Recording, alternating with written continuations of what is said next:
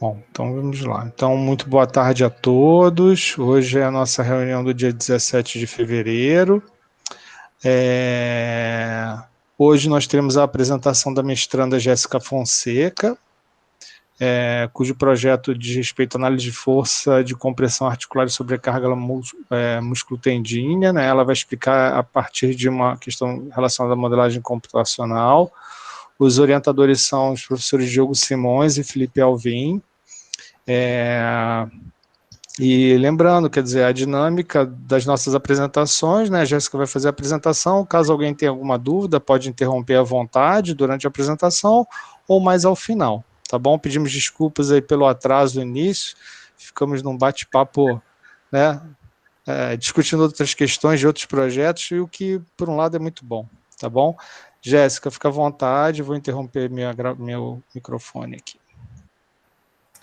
Oi, gente, boa tarde. Meu nome é Jéssica, para quem não me conhece. Eu entrei aí nessa última leva do mestrado do final do ano e vou apresentar para vocês um pouquinho do projeto que a gente está desenvolvendo, que se baseia basicamente na análise da força de compressão articular e a sobrecarga músculo-tendínea, utilizando a modelagem computacional. A gente vai usar uma base de dados pré-existente já, de uma ex-mestranda da universidade, em exercícios de rotação externa de ombro na contração voluntária máxima.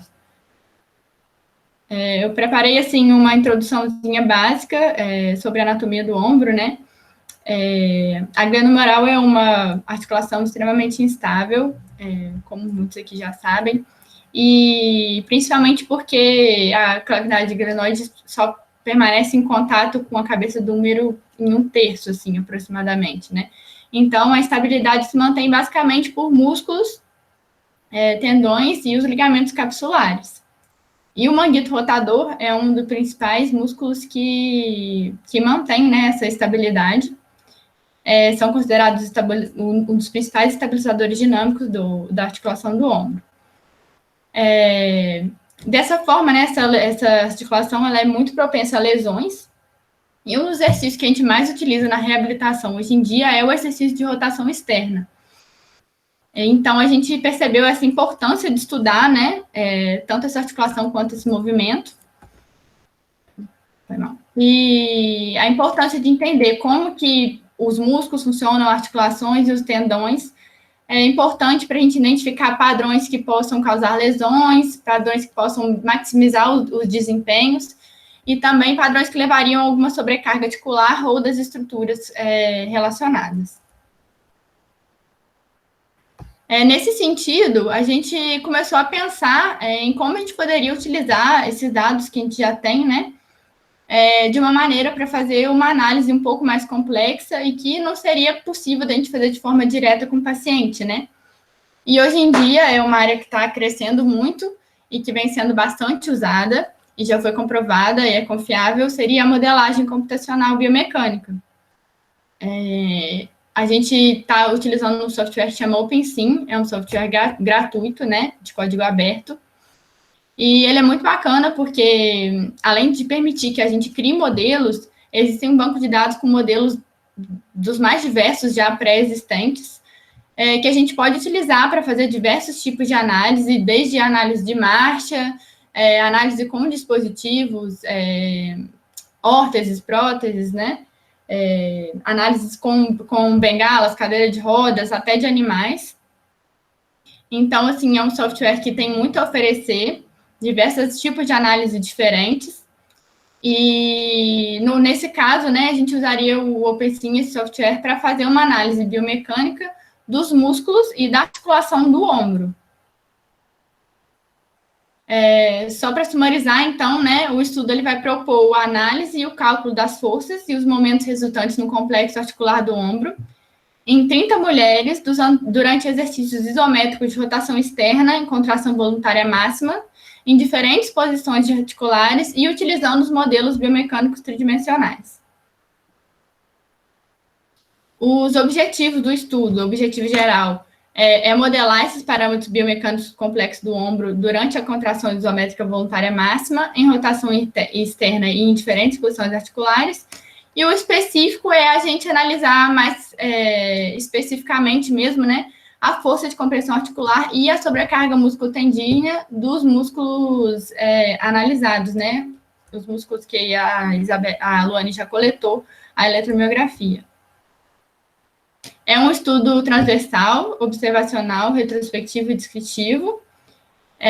Como eu já havia dito, a gente vai utilizar uma base de dados que já foi coletada de um projeto de mestrado da Luane, que era intitulado Torque e Perfil Eletromiográfico de Mulheres Sedentárias durante a rotação externa do ombro em 2 diferentes posturas escapulares. Então, a Luane coletou 30 participantes, eram do sexo feminino, entre 21 e 23 anos, eram sedentárias, sem nenhum histórico de trauma ou queixa de dor na articulação do ombro. E ela coletou dados de curva de força isométrica, através de uma célula de carga, e da ativação muscular, através da eletromiografia de superfície, do trapézio superior, do trapézio médio inferior, do serrátil anterior, do infraespinhal e do redondo menor. A Luane realizou a coleta de 12 exercícios. Na verdade, eram 6 exercícios, né? Só que eles eram modificados, porque um era coletado com a escápula em posição neutra e o outro com a escápula em posição em retração.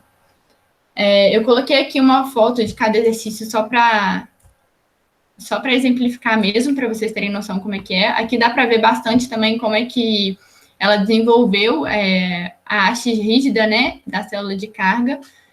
Ficou bem legal, sempre ficava 90 graus, né, em relação ao membro do paciente. E como ela era móvel, dava para a gente regular exatamente para cada sujeito, a altura direitinho. E eu não vou ler, né, para não ficar muito cansativo, mas foram essas posições. No total foram 6, né? E aí, o objetivo mesmo é a gente selecionar um modelo para membro superior pré-existente, que contenham as articulações, né, abrange as articulações que a gente vai utilizar. Inserir os dados antropométricos de cada sujeito, a Luane tem coletado direitinho o tamanho de membro, seção transversal de cada paciente que ela coletou. Inserir as medidas de torque e da eletromiografia de cada participante. E, a princípio, a gente tinha pensado em modelar somente 4 exercícios. Não sei como é que isso vai ficar ao longo do estudo. Só porque 12 exercícios, eu estava trocando uma ideia com o Diogo, a gente pensou que talvez não seria viável. Mas, assim, isso a gente não está muito pré-definido ainda. E a gente vai utilizar algumas ferramentas que, pelo que a gente estudou, a Forward Dynamics, né? E utilizando a análise da Joint Reaction Analysis para calcular a força de compressão articular e a Muscle Analysis para a gente conseguir ver a sobrecarga de tendão, né? Dá para a gente plotar alguns gráficos bem legais de tendão, assim mesmo, da sobrecarga no sentido de onde ele fica mais estirado, em qual posição ele tem mais sobrecarga, menos sobrecarga, ver o momento articular de cada um. E com isso a gente conseguir mais ou menos fechar o raciocínio, né, de quais exercícios eles seriam interessantes. Às vezes, para uma pessoa que tem uma lesão no ombro, ou alguém, qual exercício vai proporcionar para a gente ter uma maior compressão articular com menos sobrecarga. E mais ou menos isso que eu falei, né? Os resultados previstos seriam esse. A gente quer tentar identificar quais exercícios de rotação externa do ombro eles gerariam maior estabilidade com menor sobrecarga dos tendões e dos músculos envolvidos. Assim, o estudo ainda está meio no início, eu ainda estou batalhando um pouquinho com o OpenSim. Eu nunca tinha aberto o programa. Já consegui baixar alguns modelos pré-existentes de membro superior, que eu acho que a gente vai poder utilizar. A gente está pensando em algumas limitações ainda, como a gente vai fazer a contração voluntária máxima, ou seja, não vai ter movimento, como é que a gente vai aplicar isso no programa. Algumas posturas também, como a retração da escápula, a gente teria que acessar um modelo que teria como a gente movimentar a escápula torácica, além da glândula humeral também, né? Tem alguns exercícios, não sei se vocês separaram, que tem a presença de uma toalha embaixo do braço. A gente não sabe se isso será possível também colocar no modelo, a gente acha que não, então por isso que talvez a gente até excluiria alguns exercícios já coletados pela Luane. E mais algumas limitações mesmo, eu acho que a gente vai conseguir desenvolver melhor quando a gente entender melhor como o programa funciona. Eu acho que tem bastante gente aqui que vai poder ajudar a gente também. E era mais isso, gente. Eu dei uma pincelada mesmo. Eu, assim, né, estou aberta a sugestões, obviamente. O projeto ainda está meio cru. Eu não sei se eu falei assim corretamente, o Marcos pode até me corrigir se eu errei em alguma coisa do projeto da Luane, né? Mas foi mais ou menos isso mesmo que foi coletado que a gente vai utilizar. E eu tentei focar mais no meu trabalho do que no dela, para a gente conseguir fechar um raciocínio, às vezes, mais voltado mesmo para a modelagem. E é isso, gente. Estou à disposição aí para sugestões, para a gente fazer uma discussão. Eu acho que tem muita gente aqui que pode acrescentar muita coisa. Diogo? Oi, pessoal, boa tarde. Jéssica, obrigado pela sua apresentação. Eu acho que a ideia, a proposta é essa mesmo. É trazer um pouco do conceito que a gente tem para a gente poder discutir aqui com vocês como que a gente pode utilizar. A Jéssica trouxe aí os problemas que a gente tem, dúvidas, né, de como a gente resolver. O primeiro problema é relativo ao posicionamento da escápula, né? Como a gente tem um exercício com a escápula em retração e outro em não, a gente não teria exatamente como prever esse posicionamento da escápula do voluntário para reproduzir de forma idêntica lá no modelo. Então, acho que esse é um dos problemas que a gente tem. O problema do rolo, né, da toalha, que é um problema também a ser resolvido, que a gente não tem a medida de ângulo, acho, eu não sei se a Luane monitorou isso, mas, por exemplo, em que ângulo de abdução esse rolo colocaria esse braço. Então, se a gente tivesse essa ideia, isso já facilitaria para a gente um pouco, né? Mas a gente não tem essa informação, pelo menos para mim, eu não tenho de cabeça aqui para poder pensar numa situação para poder consertar isso. Então, esses seriam dois dos problemas que a gente tem a resolver, mas fora isso, tem as questões relacionadas à entrada dos dados no modelo, que é um outro problema que a gente tem para poder resolver. Que mais, Jéssica, que eu acho que a gente tem que lembrar aqui? Eu acho que, basicamente, esses são os principais, para depois a gente tentar botar isso para funcionar, né? Acho que essa que é a nossa maior dificuldade. E aí, para isso, a gente está contando muito com o apoio da Sara, dos meninos do IF, do Henrique, com o conhecimento dele aí, já de uso do Pensim de um bom tempo, e do Felipe também, nessa nossa batalha. Acho que é mais ou menos isso que a gente tem, e a ideia é discutir com vocês. O que vocês acham, como que a gente pode modificar para poder melhorar esse quadro aí como um todo. Beleza? Henrique, acho que o que foi combinado é que você faria uma apresentação, né? Só para dar uma exemplificada. Você está com a... Sim. Na verdade, eu estou com o software aberto aqui do Pensim. Posso mostrar. Tá, então acho que a gente pode... Você pode interromper a sua apresentação, Jéssica, aí o Henrique ele compartilha para a gente, para quem não conhece, né, ter uma ideia um pouco mais clara. Felipe está aí também. Felipe, se quiser, né, fazer algum comentário.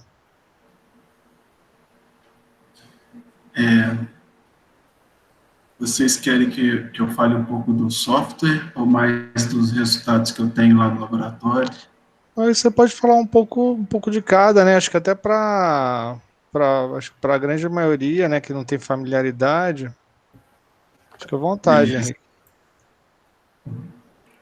Deixa eu abrir aqui.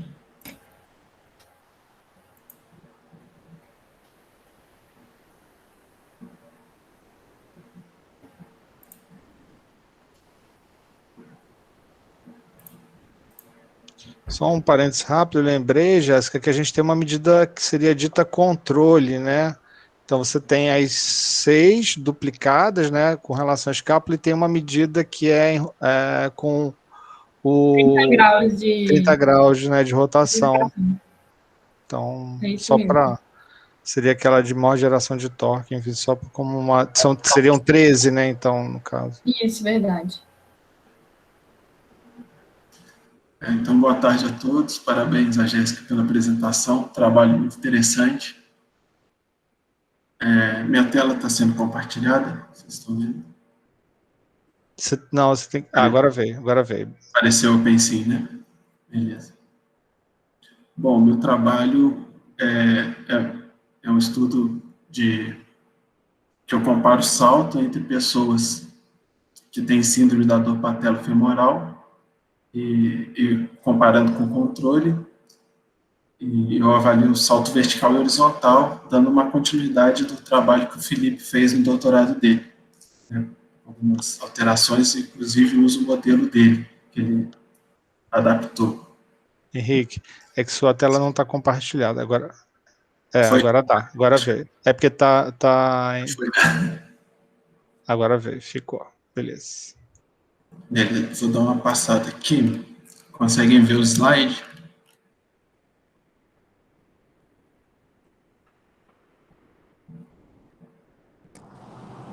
Sim, Henrique, vemos. Beleza. Eu vou mostrar primeiro o programa, acho que vai ficar mais fácil. Bom, aqui é o OpenSea, para quem não conhece. Dentro do OpenSea, a gente pode abrir diversos modelos. Né? Aqui eu tenho um modelo de corpo inteiro, sem os braços, né? Sem os membros superiores, mas nós temos outros também. Deixa eu abrir um outro aqui.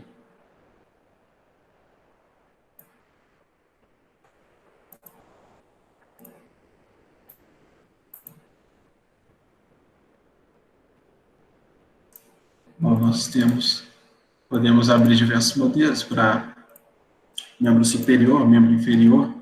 Esse modelo de corpo inteiro apresenta aqui em vermelho os músculos. Então, nós temos diversos músculos e eles são separados em vetores. Por exemplo, o glúteo médio, que ele tem 3 vetores.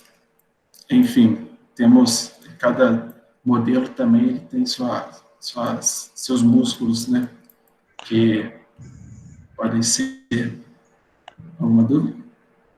Henrique, só uma dúvida então. Pelo que você está mostrando, ele pode apresentar um músculo com os seus compartimentos. Ele não transforma um único músculo numa única componente, então. Exatamente. Perfeito. Isso é arbitrário ou você pode também controlar? Então, eu não vi nenhum modelo que apresente o músculo como uma fibra só, como um vetor de força só. Os modelos que eu vi sempre dividem em isso é deles, é default deles. Então, por exemplo, o glúteo médio que você mostrou, ele mostra como se fossem 3 vetores. Isso, exatamente. Entendi.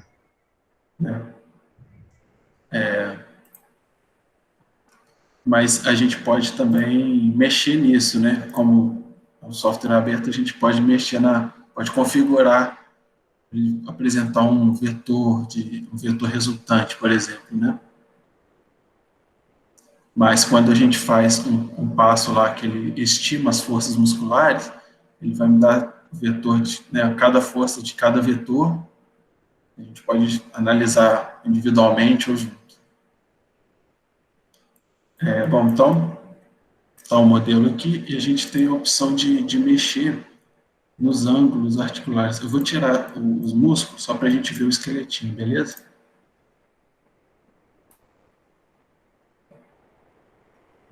Beleza, eu escondi aqui os músculos. Bom,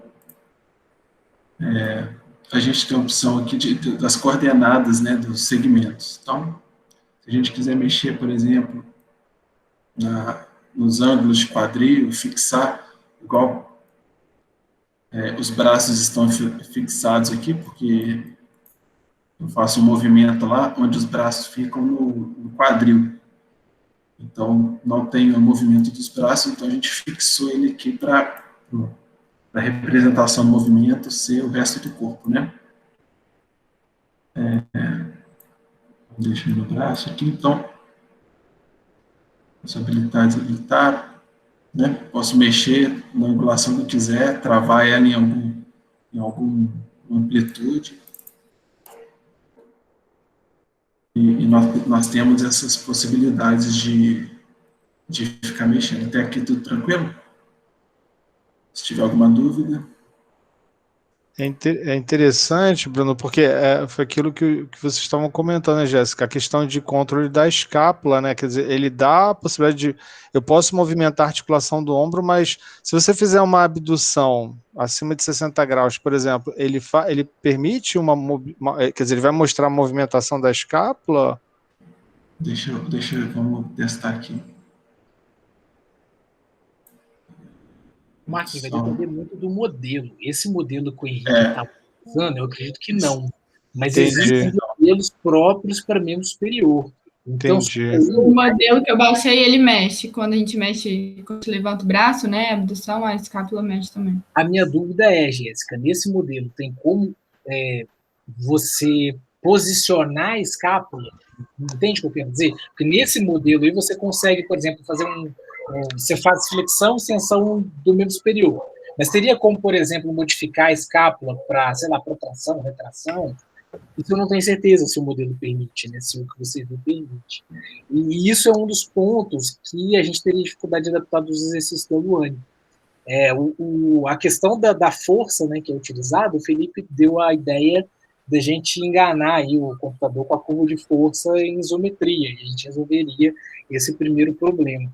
Mas eu acho que essa questão aí do posicionamento da escápula ainda para mim é meio estranha, não tenho ideia de como isso poderia acontecer. Um modelo que tá até aberto aqui, depois eu posso compartilhar a tela.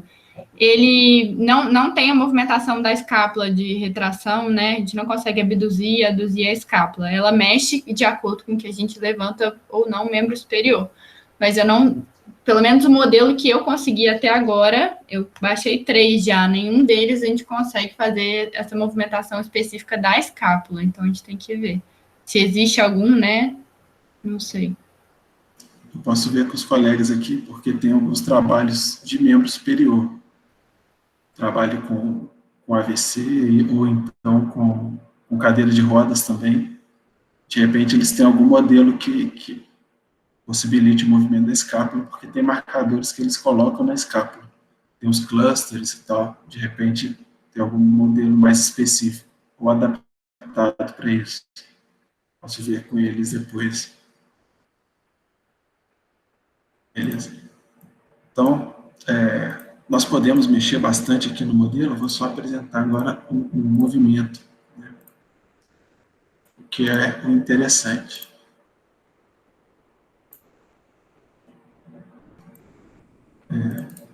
Deixa eu abrir aqui.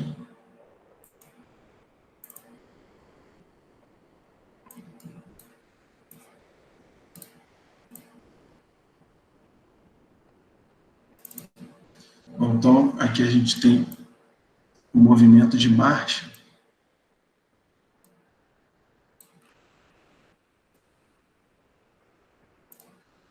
Com a força de reação do solo aparecendo ali na setinha, né, quando ele pisa na plataforma de força. E como que é a nossa coleta lá? Nós primeiro fazemos uma posição estática, né, lá a gente tem as câmeras,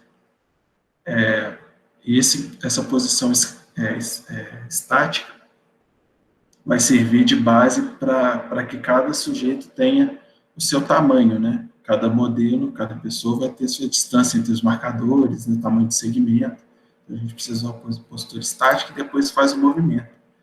Aqui é o nosso laboratório lá, né? O voluntário faz o salto, as câmeras vão captar, tem os marcadores posicionados, aí o software do programa faz lá a captura do movimento através dos marcadores, e depois que a gente passa para o Pensim, ele cria esse avatar, né?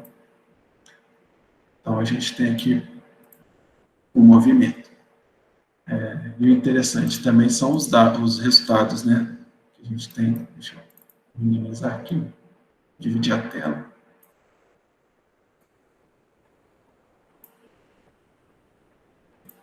Vou abrir aqui, por exemplo, a flexão entre os dois joelhos durante a marcha.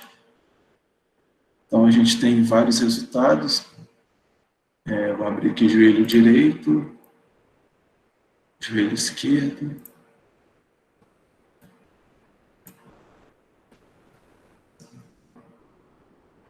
Não, que tá errado, eu botei tornozelo.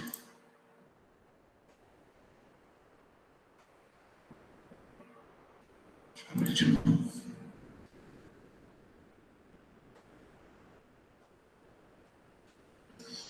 Bom, então, em vermelho a gente tem a angulação, né, do joelho esquerdo e o azul o joelho direito. Então, ao longo do movimento, a gente pode acompanhar o que está acontecendo, né? Flexão lá de um joelho, depois a flexão do outro. Então, no OpenSea a gente tem diversos resultados, né? Tamanho da fibra, força do tendão. O que acontece? A gente também tem as forças de reações articulares, né? Como a Jéssica comentou. Podemos ver a força de reação do solo, que é interessante também. O OpenSea dá bastante resultado interessante para a gente. Bom, se tiver alguma dúvida, se quiser que eu mostre mais alguma coisa, fiz um resumão assim, do OpenSea. Eu acho que o negócio agora é a gente tentar identificar como que a gente pode responder a pergunta que a gente propôs com o que a gente tem em mãos do software e, enfim, as restrições, né, que a gente tem dos nossos dados. Que a gente não tem a captura de um movimento completo, a alternativa de um movimento isométrico, e aí a gente está usando a sugestão, a gente está pensando na sugestão que o Felipe deu, que, por sinal, vai fazer a sua colaboração agora para a gente. Manda ver, patrão. Boa tarde, pessoal. Vocês estão me ouvindo? Me ouvindo bem?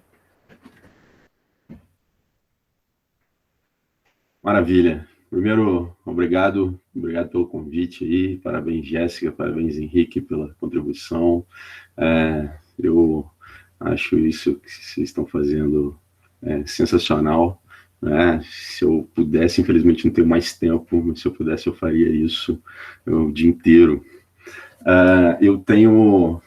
primeiro aqui alguma coisinha, assim, provavelmente vocês já viram, né, mas eu estou com um modelo aberto aqui de membro superior que permite a movimentação da escápula, tá? Então, se eu puder compartilhar minha tela aqui...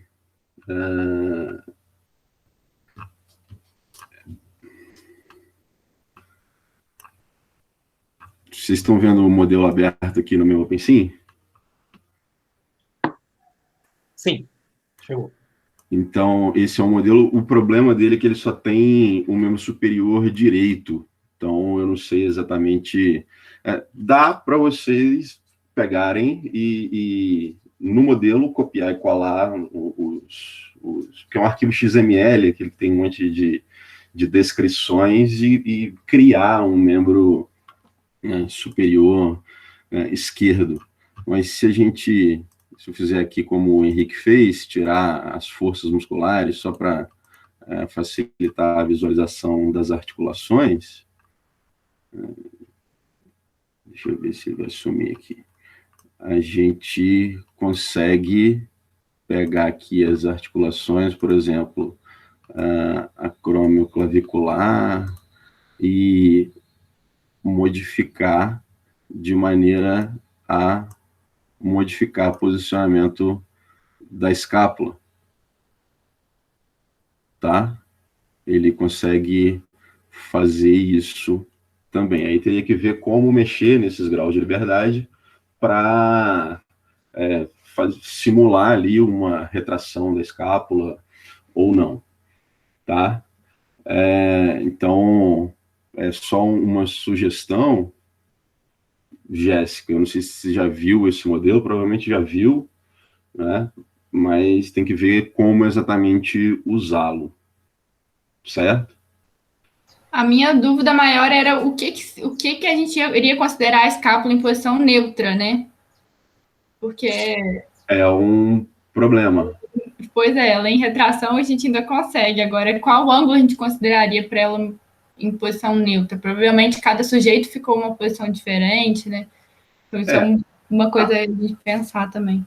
Sim. A minha sugestão, talvez, é que se defina dois padrões. Um padrão neutro e um padrão com a escápula que seria em retração, né? E aí com posteriorização de clavícula, adução da escápula, talvez alguma rotação medial, aí tenho certeza que tem muita gente que entende disso melhor do que eu para sugerir aí angulações possíveis, mas dá para fazer, tá? O que eu sugeri da cinemática foi o seguinte: vocês têm força muscular e vocês têm ativações musculares, né? Então a ideia seria fazer uma dinâmica direta, né? Dinâmica direta é um processo em que ele pega a ativação muscular e transforma isso por uma série de equações em força muscular.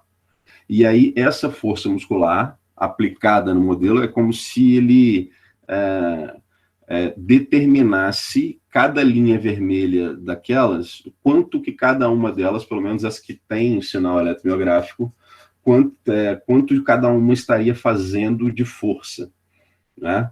Só que não existe a cinemática, correto?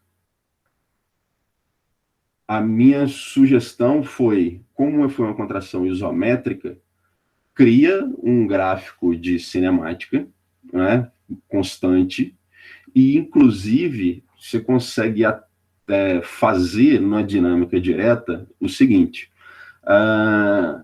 eu preciso fazer uma dinâmica direta com uma determinada cinemática, né, que são aqueles tracking tasks. O modelo, eu preciso determinar quanto de força cada músculo está fazendo, baseado nessa cinemática, mas você consegue atribuir um erro aceitável para cada cinemática. Então, ele pode, ele mesmo, oscilar em torno daquela angulação sugerida, vamos chamar assim, para o modelo, né, para que ele mesmo, baseado na variação sutil daquelas ativações, uma pequena modificação na cinemática. Né? Você só dá para o modelo, vamos dizer assim, um parâmetro inicial a seguir. Então, ele mesmo ajustaria. Vai ser a cinemática exata, correta? Provavelmente não, né? Mas é uma simulação do que seria a cinemática baseado nessas ativações musculares. Tá? É uma possibilidade, uma sugestão que eu tinha dado para o Diogo e para a Jéssica há algum tempo. Acho que vale a pena testar para ver se dá certo. Eu sugeri, confesso, sem nunca ter feito isso. Eu fiz outras coisas, fiz coisas parecidas aí com o que o Henrique faz lá no laboratório. Uma outra coisa que eu queria perguntar, que me veio à cabeça a dúvida, uma pergunta e uma sugestão, quando a Jéssica estava apresentando, foi a seguinte: a pergunta do trabalho seria identificar qual exercício é mais estável. Como é que é, Jéssica? Você repete para mim, por favor? Só para eu... Seria a gente identificar quais exercícios a gente consegue maior estabilidade, ou seja, ter maior força de compressão articular, com menor sobrecarga de tendão. Beleza. Então, era isso que eu estava na dúvida. Então, a variável que vocês vão relacionar à estabilidade é a força de compressão articular. Beleza. Para isso, vocês vão precisar de fazer aquele Joint Reaction Analysis. Correto? Uma sugestão é que aquele Joint Reaction Analysis, ele devolve uma série de valores, e um deles são os valores...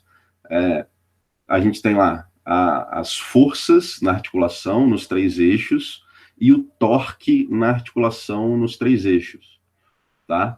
Só que esse seria, um desses parâmetros é o torque reserva e a força reserva. O que significa isso? Eu tenho, por exemplo, a articulação do ombro, na glenomeral especificamente, que é uma articulação que permite 3 graus de liberdade, certo? De rotação.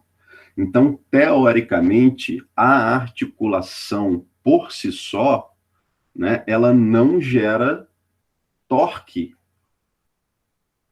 sozinha, ela depende de atuadores, certo? Então, o resultado da desses parâmetros na Joint Reaction Analysis tem que ser 0.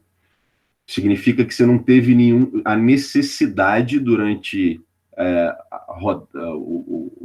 a execução do processo de acrescentar um torque adicional para que a simulação desse certo.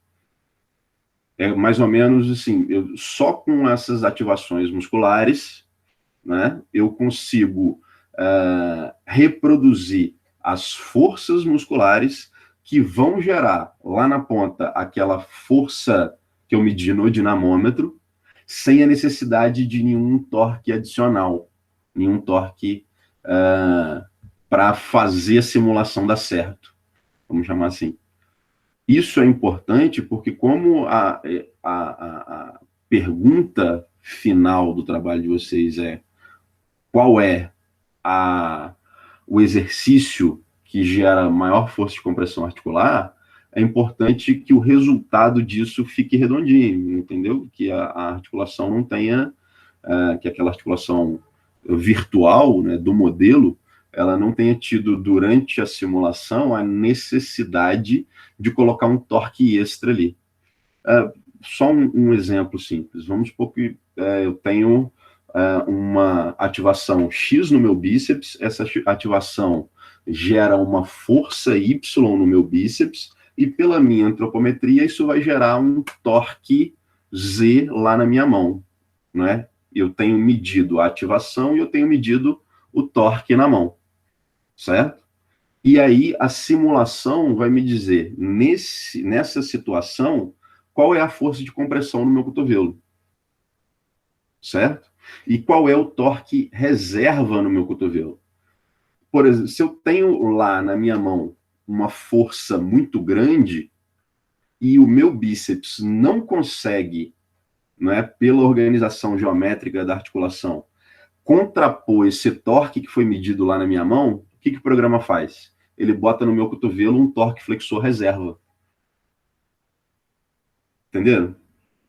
Só que esse torque flexor reserva ele não existe. Não tem nada lá na articulação que gere esse torque. Então, isso vai significar que na simulação alguma coisa não foi bem feita. A força do bíceps pode estar muito baixa, por exemplo. Você precisa aumentar a força do bíceps. Então, só a minha sugestão talvez seja, pega um voluntário, faz o processo todo, roda, né, e analisa os resíduos, vê se você consegue fazer uma simulação com o mínimo possível de resíduos. Significa que esse modelo, do jeito que ele está, ele consegue reproduzir aquela situação de maneira plausível, né? Isso aí, alguns ajustes podem ser feitos. Se eu tive torque reserva, eu preciso aumentar a força, algumas forças musculares, porque o modelo ele vem com uma força muscular meio padrão. Eu preciso aumentar as forças musculares, eu preciso melhorar um pouco o meu modelo para que ele consiga reproduzir exatamente aquela situação. Se tiver que mexer muito, começar a fazer muitas coisas não fisiológicas, anatômicas, vamos chamar assim, é sinal que não está dando certo, né? Agora, pegou um dado de uma pessoa, rodou uma vez, o resíduo é pequeno, a cinemática oscilou dentro daquilo que se sugeriu para o modelo, aí roda para todo mundo. E pega e faz e se preocupa em ver, fazer uma análise estatística, comparar os exercícios e etc. Eu acho que são essas aí as minhas sugestões. Beleza?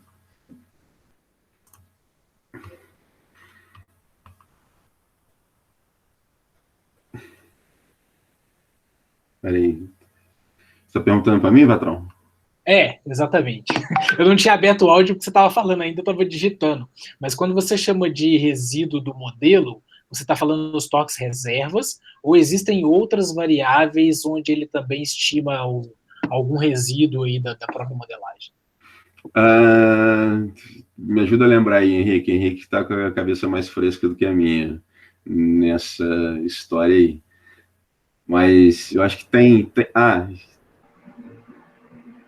torque. Por exemplo, se eu estou fazendo uma análise de uma articulação específica, o modelo ele adiciona torques reservas, que seriam atuadores naquela articulação que vão completar, vamos chamar assim, o torque que os músculos, a ativação muscular não deu conta de gerar.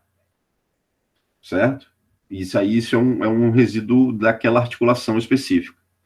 Mas aí tem outros torques residuais. Como eu trabalhei com análise de membros inferiores, o programa ele adiciona uma articulação virtual inexistente, que seria a articulação entre a pelve e o chão. Aí eu não sei exatamente o modelo de membro superior, como é que isso fica. E aí o que seria essa articulação? Qualquer inconsistência no modelo, você tem lá uma cinemática, você tem um modelo, você tem a força de reação do solo.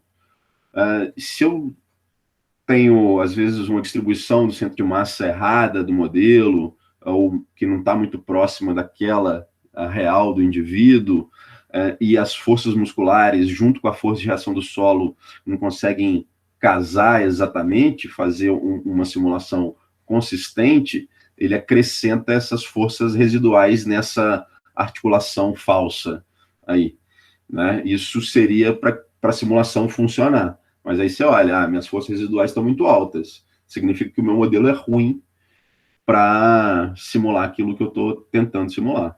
Não, perfeito. Então, os resíduos estariam nos torques residuais impostos nas articulações ou qualquer outra virtual que ele crie. Não, tudo bem. Beleza. Fechou. Henrique, se tiver alguma coisa a completar aí, eu acho que você deve estar mais fresco. Com membro superior também não tenho muita prática, eu trabalho mais com membro inferior, e é o que você disse sobre os resíduos, é isso mesmo. Que a gente tem sempre que ficar de olho durante o processo, os resíduos estão altos. O bom é que, como a gente trabalha com os marcadores que reproduzem movimento, a gente consegue ver que o movimento está muito esquisito também. Às vezes, né, com uma marcha muito estranha, o modelo começa a se embolar todo, então a gente vê que tem alguma coisa errada. Então, é ficar de olho e observando os resíduos. É um problema para a gente que o nosso é estático, né? Então, pois é. Enfim, realmente. Ele dá os resultados, ele gera, ele vai te mostrando os resíduos, os valores, né? Sim, você sim. Encontrando ali um limite, aí você consegue ir ajustando. Não, perfeito. Eu vi que a Sara e o Marquinhos estão com a mão levantada, vocês querem me perguntar? Sara, vai lá. Boa tarde a todos. Jéssica, só para te deixar mais tranquila aí, né? O Bruno, que está aí, o Bruno Soranço, eu acho que ele está aí. Não, tá aí. Ele está estudando o OpenSim, você não o conhece ainda, né? Você conhece o André. E aí ele já estava estudando as rotinas que o Felipe tinha mandado. Obrigada, Felipe, mais uma vez. Então, os meninos já estão estudando justamente para te auxiliar, né, na importação desses dados aí, né, e qualquer coisa relativa ao modelo. E o Marcos, que eu pedi para participar da reunião também, que ele está muito interessado em trabalhar com eletromiografia de membro superior. Eu acho que ele tem aí muito a aprender com você durante seu trabalho.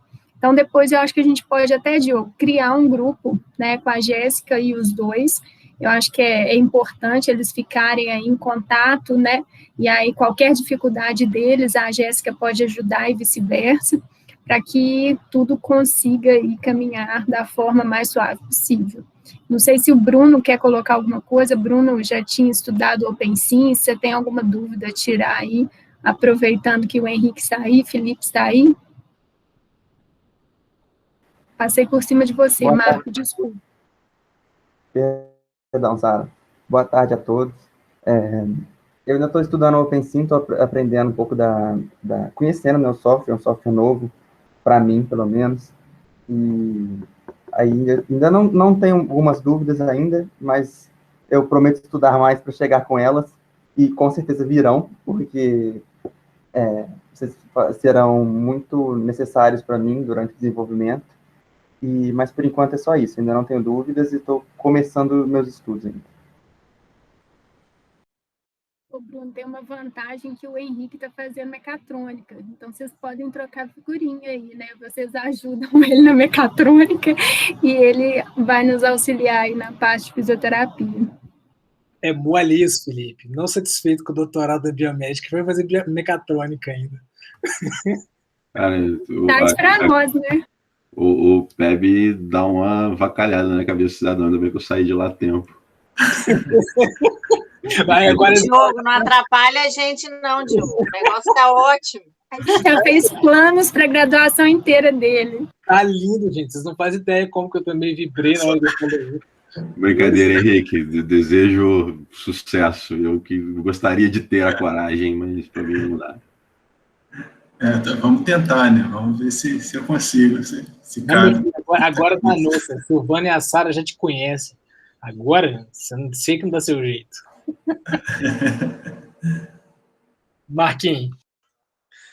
Então, pessoal, eu tenho, na verdade, uma dúvida que eu acho que aí, não sei, Felipe, o Henrique, né, você mesmo, Diogo, talvez respondam. E aí uma sugestão, não sei, também uma pergunta para o André, dirigida ao André. A primeira em relação ao OpenSym é que, assim, a gente não tem efetivamente o MG dos músculos que compõem o manguito. Então, não sei de que forma a gente pode bypassar, né, ou não sei, como que a rotina, como que as rotinas, como é que o OpenSym ele vai abordar essa questão na hora de estimar as sobrecargas articulares, né?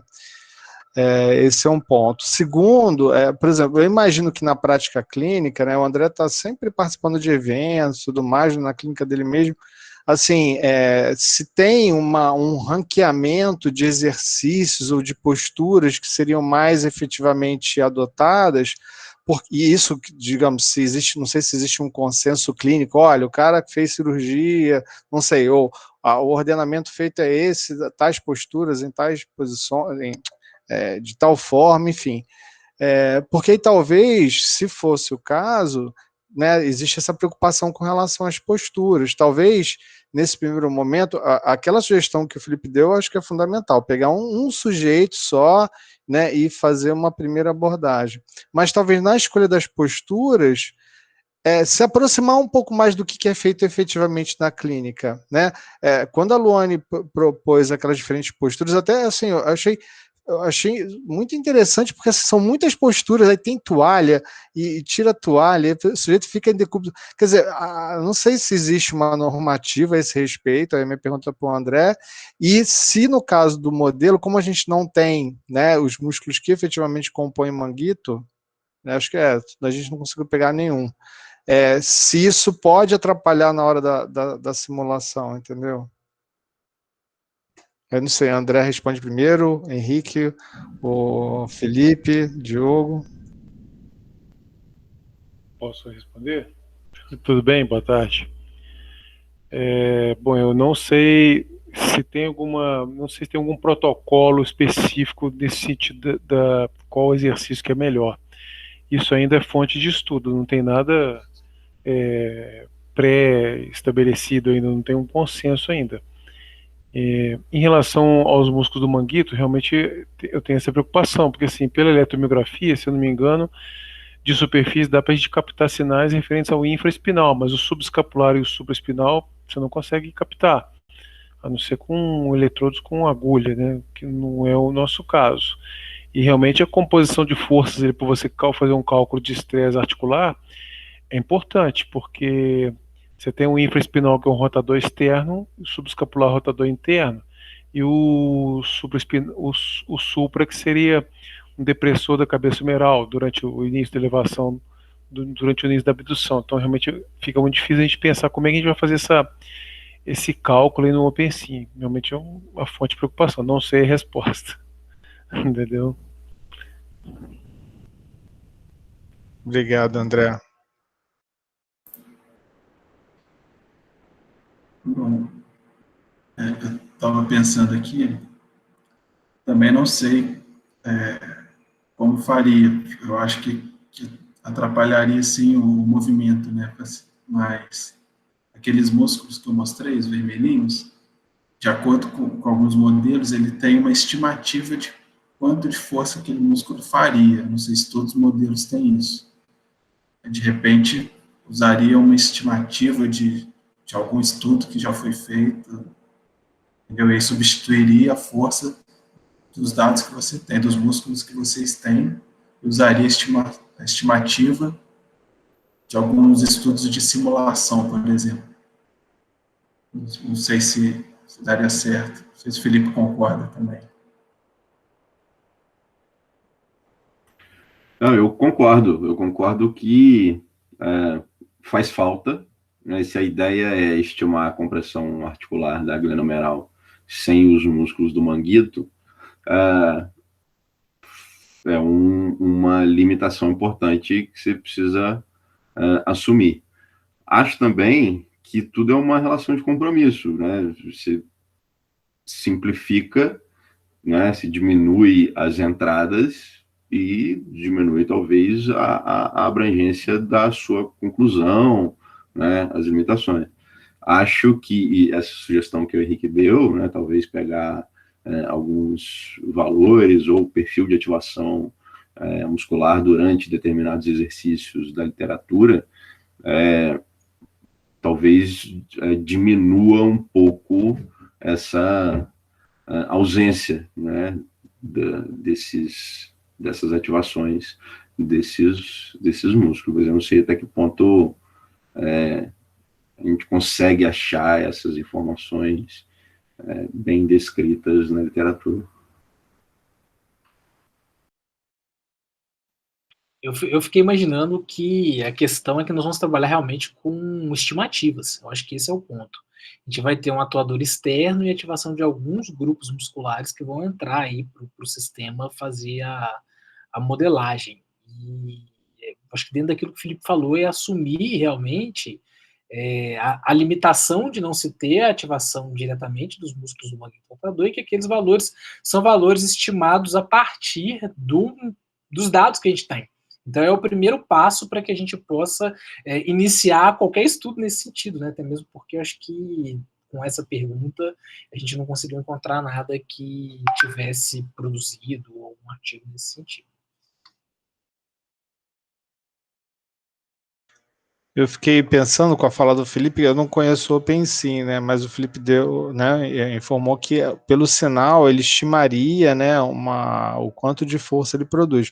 Quer dizer, com essas entradas ele conseguiria fazer uma aproximação de quanto de, teoricamente, força os demais músculos vizinhos poderiam estar produzindo. Será? Ele é capaz de fazer, porque você tem os resultados de torque, né, por um perfil de músculos vizinhos ali, ele seria capaz de fazer isso? Marquinhos, quando eu fui lá no ISB, em 2015, lá em Glasgow, tinha uns caras fazendo um modelo misto, que não era nem dinâmica inversa, na verdade eram os dois, né, dinâmica inversa e dinâmica direta.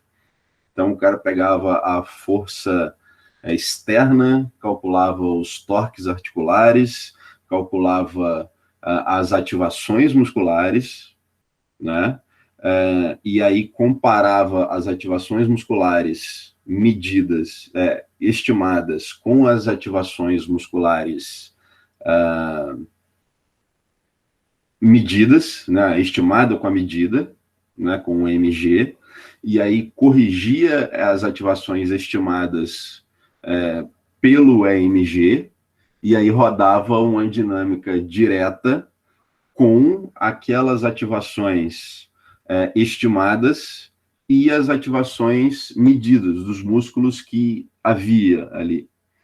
E aí o negócio ia e voltava, e havia lá alguns parâmetros, alguns pesos, e aí já faz alguns bons anos, eu não vou lembrar exatamente como o negócio funcionava, mas alguns pesos, algumas coisas que iam corrigindo a simulação até que se chegasse ao melhor conjunto de ativações musculares medidas e estimadas. As medidas são tido como verdade, né? Se eu medir aquilo aconteceu, né? mas até que se tivesse o melhor conjunto de ativações estimadas dos músculos que não foram medidos. Então, mas aí já é um negócio que, para mim, já é mais... O buraco é mais embaixo, eu já, né? Não alcanço tanto assim. Eu entendo a ideia, mas da execução, para mim, não dá. Não, eu fiquei até pensando, será que por dinâmica inversa não seria talvez um pontapé inicial ou não? Se a gente considerar que não tem a cinemática, porque a dinâmica inversa, ela pressupõe que você tem a cinemática, né? Entendi. Agora, aí eu acho que chutar uma cinemática para dinâmica inversa, eu acho que seria já um negócio meio mágica demais. Entendi. Eu fiquei imaginando como ela tem o torque, se isso poderia suprir. Não. Aí você tem o torque medido. Tem o torque medido. Na célula de carga. Isso. Exato. E aí isso tem né? Tem o dado antropométrico dela, das voluntárias, que, aliás, né, a Jéssica até bem destacou. Eu visitei o laboratório algumas vezes, né, e assim, uma amostra muito homogênea, assim, sem perfil antropométrico, mas meninas muito parecidas, assim. Só que eu não sei, e acho que não, talvez o Henrique possa ajudar, se existe uma maneira de fazer porque assim, a dinâmica inversa é calcular o torque a partir da força externa e da antropometria e da cinemática. Só que se você já tem o torque, não seria o caso de fazer na verdade tem a força, mas como tem a antropometria, você acha o torque. Você já fazer a otimização, a otimização estática, entrando com esse valor de torque. E aí, porque o fluxo de trabalho que a gente faz com otimização com dinâmica inversa primeiro você coleta a cinemática e as forças de reação externa.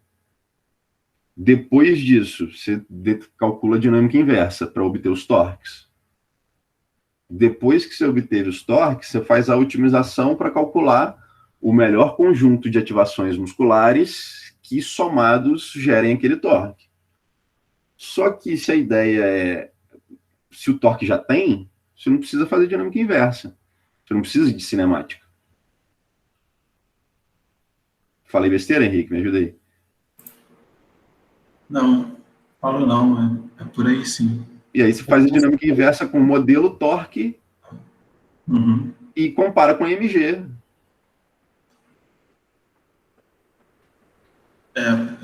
Eu não fiz a otimização diretamente com torque. Eu não sei que resultado chegaria.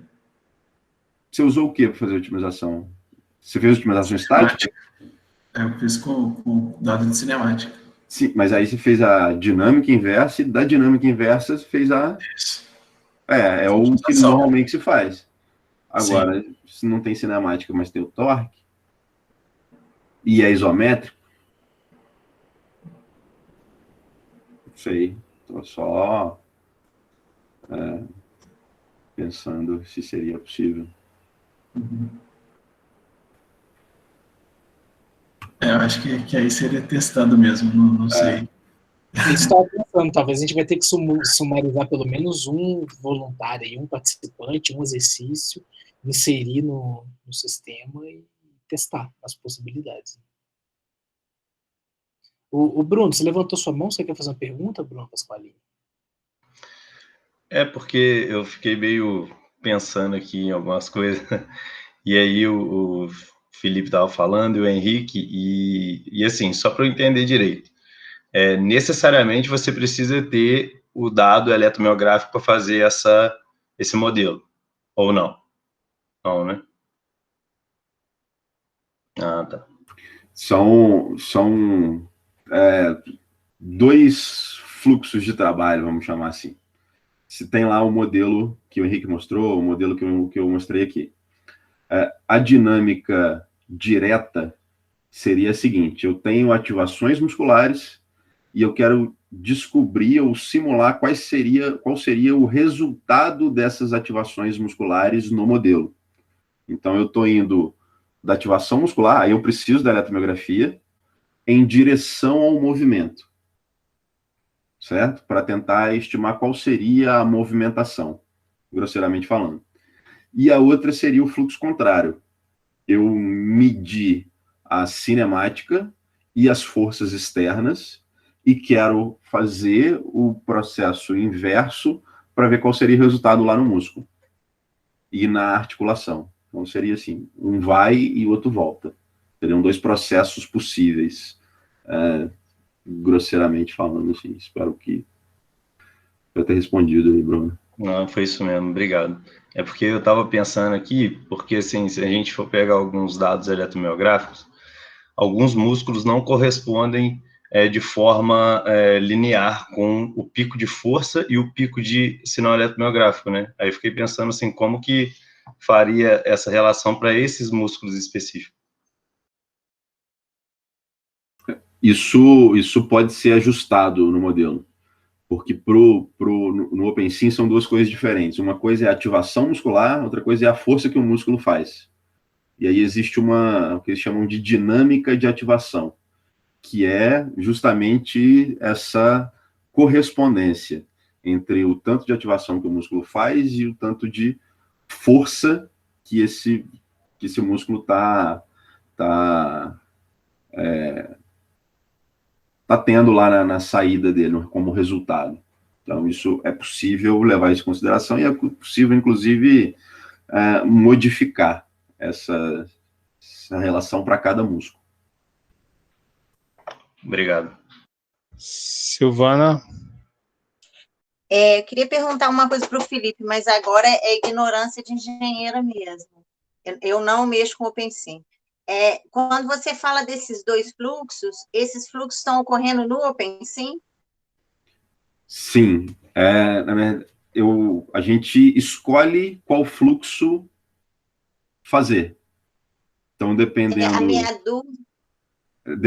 do dado que você tem de entrada e da pergunta, você escolhe a dinâmica direta ou a estimativa das forças musculares pela dinâmica inversa. E aí esse processo todo dentro do OpenSym. O OpenSym é capaz de fazer as duas coisas. Eu imaginando um algoritmo para isso, mas aí agora eu entendi. Vocês não precisam desse algoritmo, vocês têm no OpenSym esse fluxo. Sim. Entendi. Sim. E aí, essa era a minha dúvida. Esse exemplo que eu dei, porque o OpenSym ele trabalha junto com o MATLAB, você consegue chamar as bibliotecas do OpenSym pelo MATLAB. Então, esse exemplo que eu dei, que eu vi no congresso, o pessoal fazendo a dinâmica direta, depois a dinâmica inversa, e comparando os resultados, ajustando os parâmetros e rodando de novo, aí era feito no MATLAB, só chamava as rotinas do OpenSym para fazer a dinâmica indireta ou a dinâmica inversa, e ajustar os parâmetros de entrada e rodar de novo. Entendi, o resto era o algoritmo deles. O algoritmo Legal, deles não, eu achei interessante a visão do algoritmo aqui, no meu ponto de vista, achei bem interessante, que é uma coisa que se pode depois a gente pensar e ajustar algumas coisas. Obrigada, Felipe. Nada.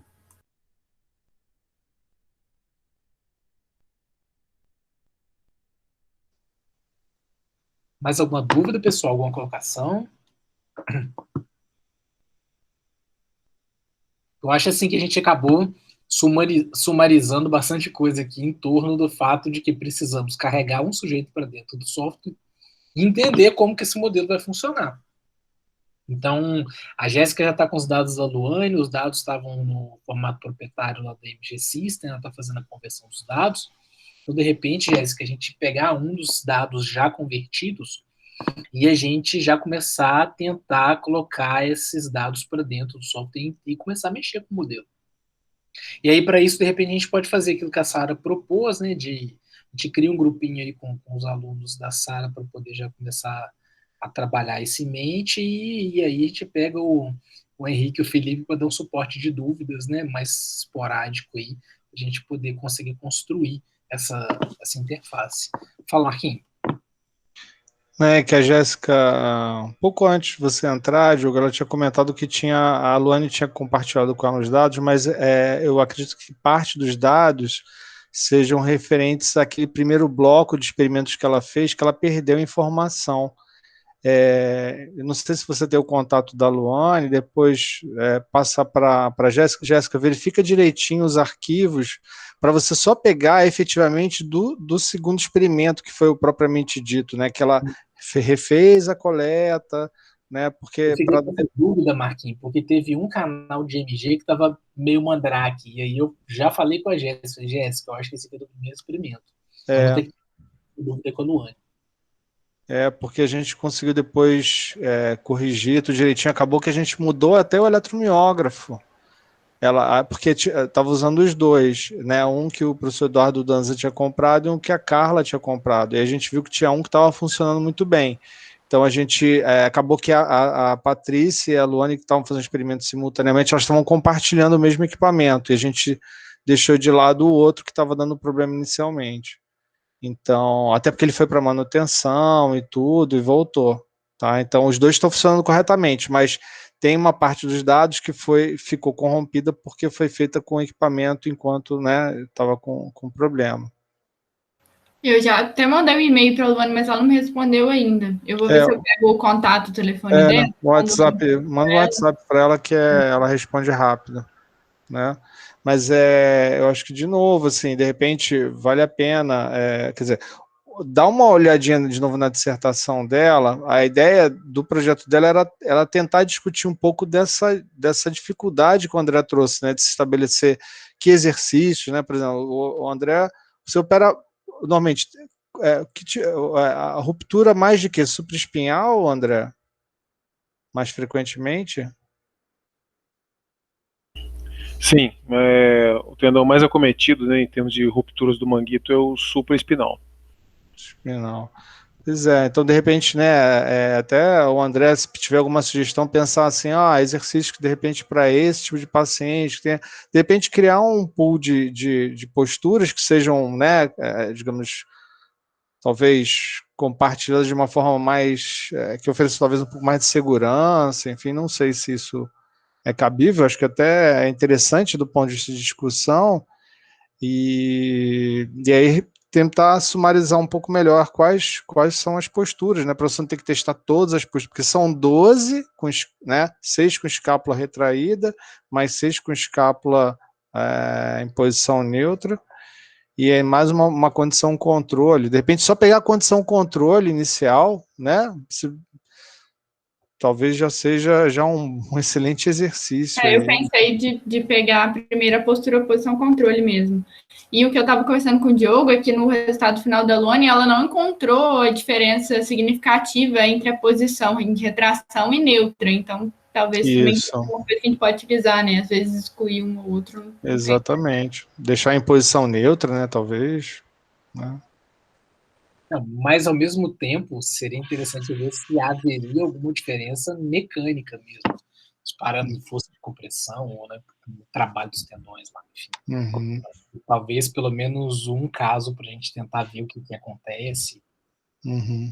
Enfim, vamos começar pelo início, né? Botando para dentro do sol. Para ver se dá certo, porque não vai adiantar a gente ficar viajando aqui se não rolar. Isso. Legal. Muito bom. Não, e assim, é uma ferramenta interessante, né? Eu fico imaginando, eu vejo um colega nosso lá do Rio, o Felipe conhece, o Henrique conhece, o Thiago Mata, né? O Thiago trabalha muito com musculação. Nossa, ele usa direto para discutir exercícios de musculação. Então tem um resultado prático muito legal, assim, acho que dominar essa ferramenta, acho que é muito interessante. Bruno? Você falou, eu estava pensando exatamente isso, que eu comentei com o Diogo um tempinho atrás aí, que tem algumas coisas na musculação, assim, que a gente, que é passado para frente, e a gente fica assim, tá, mas da onde que isso foi tirado? Você vai procurar na literatura, você não acha, né? E, inclusive, foi até numa uma palestra uma vez e foi citado um determinado estudo que eu fui ver, o estudo não tinha, o estudo simplesmente não tinha, mas foi dada a informação que determinada coisa existia. Aí, até fiz um post no Instagram e o Diogo foi lá e comentou, ele falou, poxa, interessante, vamos fazer isso pelo OpenSim, que é ver a diferença, na verdade, assim, de ativação muscular ou de como que os músculos respondem na cadeira abdutora, com o tronco apoiado na mesa, né, e ele inclinado, né, que muita gente fala, há um pré-estiramento, o que será que acontece? É melhor recruta mais o glúteo ou não? Então, essa eu acho que é uma ideia bacana de fazer.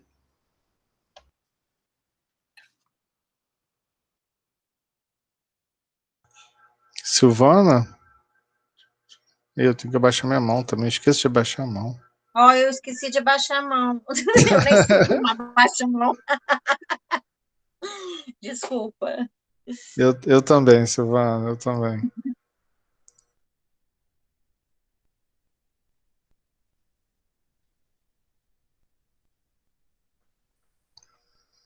Diogo? Não, então, acho que é isso. Estamos sumarizados no que a gente precisa fazer. Acho que a gente já está bem direcionado. Acho que a ideia agora é testar realmente para ver o que a gente consegue fazer de forma efetiva. Eu só tenho que agradecer o apoio do Felipe, o apoio do Henrique e o apoio da Sara, com os alunos aí do IF. Então, se a gente não tivesse esse apoio, a gente não conseguiria nem pensar aí por onde começar, né? Acho que essa que é a verdade.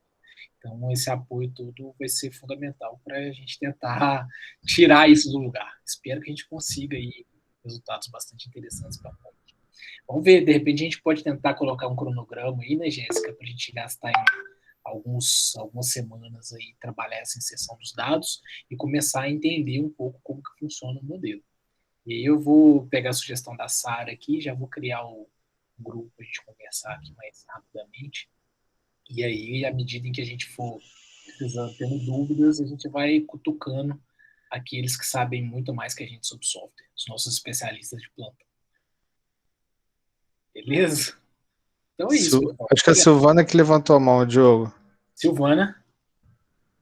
Gente, eu tô mexendo com essa mão aqui errada, que eu não tô levantando a mão, não. Tá bom, Silvana, não tem problema, não. Você tinha baixado a mão, aí levantou. Meu Deus, eu acho que eu fiquei com medo de não ter abaixado, baixei de novo, aí levantou. Eu tô no celular hoje, gente, aí eu tô perdidinha. Eu não gosto de ficar no celular. É isso, acho que é isso. Mais alguma consideração, pessoal? Quer fazer alguma consideração? Acho que foi bastante proveitoso para a gente entender. Foi ótimo, foi ótimo. Então, é só combinar para a semana que vem, né? O Bruno fará a apresentação, então, né? Da proposta, né?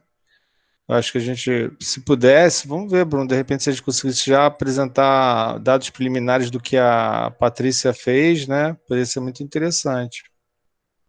Tá? A gente pode tentar discutir amanhã, Diogo, com ele, amanhã ou sexta-feira, se tiver um tempinho. Eu acho que amanhã eu consigo. Acho que amanhã eu consigo. Tá. Vamos marcar. Tô tomando uma coça do R aqui, mas eu tô tentando.